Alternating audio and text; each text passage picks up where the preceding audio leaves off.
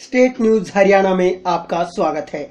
मैं हूं अमित अमन। कोसली तहसील के सुरहेली गांव में बड़ा स्टेडियम बनने जा रहा है। स्टेडियम को लेकर जिला खेल विभाग की तरफ से बजट के लिए मुख्यालय भेजी गई फाइल को स्वीकृति मिल चुकी है। 6 एकड़ में बनने वाले स्टेडियम के निर्माण के लिए 2 करोड़ 38 लाख रुपए अनुमानित बजट रखा है। स्टेडियम में इंडोर हॉल से लेकर स्विमिंग पूल भी तैयार करवाया जाएगा। इस स्टेडियम में केवल एथलेटिक्स स्टेक ही तैयार नहीं होगा, बल्कि इंडोर हॉल भी बनेगा, जिसमें कुश्ती, बॉक्सिंग, जूडो, फेंसिंग व जिम्नास्टिक जैसे गेम हो सकेंगे।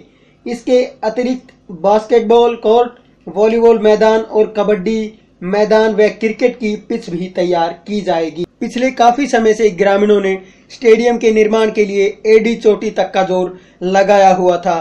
ग्रामीणों के अथक प्रयास से अब जाकर ये स्टेडियम सफल हो पाया है। हमने गांव के वर्तमान सरपंच से इस बारे में बात की और उन्होंने स्टेडियम के बारे में स्टेट न्यूज हरियाणा को बताया। आइए इनसे जानने की कोशिश करते हैं कि इनका क्या योगदान है और ग्राम पंचायत का इस स्टेडियम के अंदर क्या योगदान रहा है। सर बताइए कि आप लोगों ने जो ये मुहिम शुरू की थी और स्टेडियम जो बनने वाला है अभी, तो इसके पीछे ग्राम पंचायत का और गांव के लोगों का क्या योगदान रहा है? इसमें सबसे बड़ा सहयोग तो हमारे गांव के युवा बच्चों का है। उन्होंने अपने खेलने के लिए सब चीजें पहले से तैयार कर रखी थी। हमारे गांव के बच्चे पहले से ही नेशनल और इंटरनेशनल तक खेलते हैं। स्टेट लेवल पे भी हमारी वॉलीबॉल की टीम कई सालों तक रही है और इसमें सबसे बड़ा योगदान इन्हीं युवा बच्चों का ही है। पिछली पंचायत ने भी हमारे ना स्टेडियम के लिए बहुत सहयोग किया और ये पंचायत भी सहयोग कर रही है, लेकिन इसका सबसे ज्यादा असर है हमारे विधायक जी को आता है। उनके अथक प्रयास से हमारे स्टेडियम के पैसे मंजूर हुए। नहीं तो पिछले काफी सालों से स्टेडियम की फाइलें लंबित पड़ी हुई हैं, किसी ने इस ओर ध्यान नहीं दिया। इस बीजेपी सरकार ने, खेल मंत्री अनिल विज ने और हमारे विधायक जी ने हमें इतनी बड़ी उपलब्धि दिलाई है। इसके लिए हम सबसे ज्यादा धन्यवाद हमारे विधायक जी का करना चाहते हैं, क्योंकि उनके अथक प्रयास से ही हमारा स्टेडियम मंजूर हुआ है। तो अभी आप लोगों ने आपने बताया कि जो गांव के आपके आसपास के लोग हैं, ये भी इनका भी योगदान रहा है और विधायक का भी। स्पेशली आपने रिकमेंड किया था उनको या उन्होंने अपने आप ये काम किया? स्पेशली हमने विधायक को रिकमेंड किया था इसके लिए कि हमारे गांव की सबसे बड़ी एक ही यही मांग है।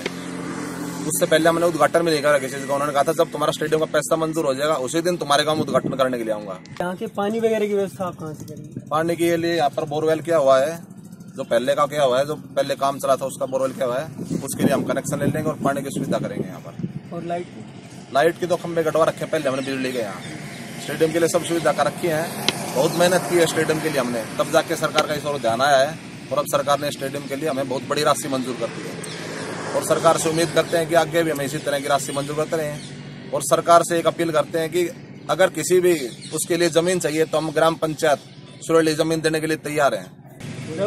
ये जो स्टेडियम अभी बनने के लिए तैयार हो गया है, लगभग बनने वाला है, ये मान के हम चलते हैं, तो इससे आप लोगों को क्या बेनिफिट होने वाला है और अभी आपको कैसा लग रहा है? सबसे पहले तो मैं ग्राम पंचायत का, हमारे गाँव वासियों का और विधायक जी का सभी का धन्यवाद करता हूँ। उन्होंने स्टेडियम के लिए इतनी मेहनत की, इतनी मदद की, इतनी राशि मंजूर हुई और आगे बेनिफिट तो बच्चों को होगा ही।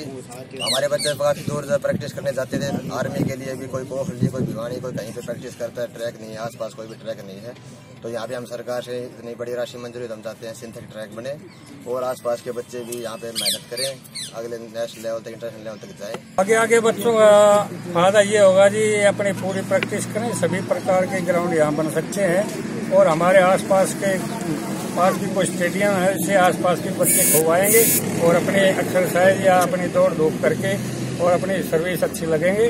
तो हमारा यही वादा है और ग्राम पंचायत की तरफ से बहुत सहयोग हो रहा है और गांव के सभी बूढ़े बुजुर्गों का बड़ा ही यहाँ पर रोचक दिल है और मेहनत से जो भी काम पड़ेगा, हमारी तरफ से कोई जरूरत पड़ेगी तो हम पूरा काम इसकी मदद के लिए तैयार हैं। गांव से कर्नल सोहन लाल जी ने भी अपने और अपने साथियों के योगदान के बारे में बताया। देखो, बेसिकली स्टेडियम का आइडिया मैंने डिफेंस फोर्सेज में देखा कि हर जगह हमारे कैंटोनमेंट में अच्छे अच्छे स्टेडियम बने हुए हैं और नॉर्दर्न हरियाणा में भी अच्छे स्टेडियम बने हुए हैं। मैंने सोचा कि जो हमारे गांव की जमीन है, पंचायत दे जमीन है, स्कूल के नज़दीक है, तो हमारे बच्चों को, हमारे जो जवान लोग हैं गाँव के और एरिया के, उनके लिए क्यों नहीं ऐसी फैसिलिटी की जाए, ये एक अच्छा स्टेडियम बनवाया जाए ताकि खिलाड़ियों को मौका मिले आगे बढ़ने का। तो ये 2009 में हमारी कार्रवाई शुरू हुई थी बेसिकली, और 2012 में नई पंचायत जो बनी थी 2010 में, सरपंच खेर सिंह थे, उनके टाइम में इसमें ज़्यादा काम हुआ। फिर एरिया को जो हमने एक्वायर किया, पंचायत ने फिर ये स्पोर्ट्स को दिया। 12 किले ज़मीन है हमारे स्टेट, और इसके चारों तरफ 35-36 फीट का लगभग चौड़ा रास्ता हमने छोड़ रखा है, ताकि वो बड़ी गाड़ियाँ आने के काम आ सके और हमारा स्टेडियम की आइडेंटिटी अलग है। इसको बढ़ाने के लिए आगे फिर कोशिश की हमने, ऑफिशियल चैनल से सभी ऑफिसर ने, सभी कंसर्न आदमियों ने हमारी सहायता की इसमें। बाकी गांव के लेवल पे गांव वासियों का और पंचायत का काफ़ी योगदान रहा, सरपंच खेर सिंह के टाइम में, और अभी भी पंचायत है तो सरपंच और बाकी पंचों ने इसमें काफ़ी योगदान किया। ये इतना आसान नहीं था जितना कि अब लगता है, लेकिन अहम हमारी जो भूमिका जो रही थी इसमें, वो हमारे जो विधायक हैं विक्रम सिंह यादव, उनकी मदद से आगे फिर जो ना काम बढ़ा, और तब ये हमें जो ग्रांट मिली है 2 करोड़ 39 लाख की, वो उनकी मदद से मिली है। क्योंकि किसी भी जगह जो लोकल अपने विधायक होते हैं उनकी भूमिका अहम होती है, और हमने उनसे रिक्वेस्ट की, उन्होंने फिर गवर्नमेंट लेवल पे, यानी मुख्यमंत्री से भी उन्होंने अप्रोच किया, स्पोर्ट्स मिनिस्टर से भी किया, और ये हमारे जो 2,39,00,000 रुपये सैंक्शन होकर अभी आए हैं। इस स्टेडियम में लगभग सभी फैसिलिटीज होंगी स्पोर्ट्समैन के लिए।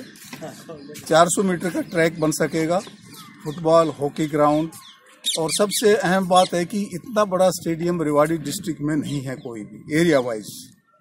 इन राव तुलाराम स्टेडियम है, उसमें भी क्रिकेट मैच नहीं हो सकते हैं।